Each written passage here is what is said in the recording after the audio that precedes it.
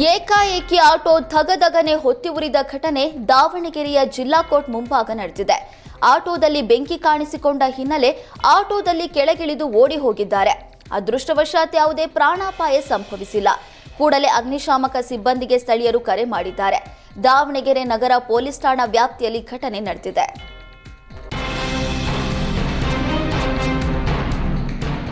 ಫ್ರಿಡ್ಜ್ನಲ್ಲಿ ಹೊತ್ತಿಕೊಂಡ ಬೆಂಕಿಯಿಂದ ಇಡೀ ಮನೆ ಸುಟ್ಟು ಕರಕಲಾಗಿದೆ.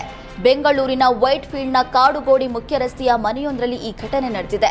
ದಿಢೀರನೆ ಫ್ರಿಡ್ಜ್ನಲ್ಲಿ ಬೆಂಕಿ ಕಾಣಿಸಿಕೊಂಡಿತ್ತು. ತಕ್ಷಣಕ್ಕೆ ಬೆಂಕಿ ನಂದಿಸೋದಕ್ಕೆ ಮನೆಯಲ್ಲಿದ್ದ ಯುವತಿಯರು ಪ್ರಯತ್ನಿಸಿದ್ರು. ಆದರೂ ಕೂಡ ನಿಯಂತ್ರಣಕ್ಕೆ ಸಿಗದೆ ಬೆಂಕಿ ಇಡೀ ಮನೆಯನ್ನೇ ವ್ಯಾಪಿಸಿತು. ಮನೆಯಲ್ಲಿದ್ದ 80% ವಸ್ತುಗಳು ಸುಟ್ಟು ಕರಕಲಾಗಿದೆ. ಸ್ಥಳಕ್ಕೆ ಅಗ್ನಿಶಾಮಕ ಸಿಬ್ಬಂದಿ ಭೇಟಿ ನೀಡಿ ಬೆಂಕಿಯನ್ನ ನಂದಿಸಿದ್ದಾರೆ. ಘಟನೆಯಲ್ಲಿ ಯಾವುದೇ ಪ್ರಾಣಾಪಾಯ ಆಗಿಲ್ಲ. ಕಾಡುಗೋಡಿ ಪೊಲೀಸ್ ಠಾಣೆಯಲ್ಲಿ ಪ್ರಕರಣ ದಾಖಲಾಗಿದೆ. ಬೆಂಗಳೂರಿನಲ್ಲಿ ನಿಂತಿದ್ದ ಕಾರಿಗೆ ಆಕಸ್ಮಿಕವಾಗಿ ಬೆಂಕಿ ತಗುಲಿದೆ. ಲಾಲ್ಬಾಗ್ ಮೆಟ್ರೋ ನಿಲ್ದಾಣ ಬಳಿ ಘಟನೆ ನಡೆದಿದೆ. ಕಾರು ಹಾಗೂ ಪಕ್ಕದಲ್ಲಿ ನಿಂತಿದ್ದ ಬೈಕ್ ಸುಟ್ಟು ಭಸ್ಮವಾಗಿದೆ. ಘಟನೆಯಲ್ಲಿ ಯಾವುದೇ ಪ್ರಾಣಾಪಾಯ ಸಂಭವಿಸಿಲ್ಲ. ಅಗ್ನಿಶಾಮಕ ಸಿಬ್ಬಂದಿ ಬೆಂಕಿಯನ್ನು ನಂದಿಸಿದ್ದಾರೆ.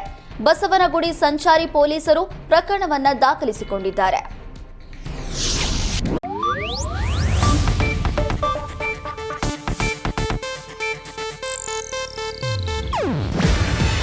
ಇದು ಏಷ್ಯಾನೆಟ್ ನ್ಯೂಸ್ ನೆಟ್ವರ್ಕ್ ಪ್ರಸ್ತುತಿ. ನೀವು ನೋಡ್ತಿದ್ದೀರಾ ಏಷ್ಯಾನೆಟ್ ಸುವರ್ಣ ನ್ಯೂಸ್.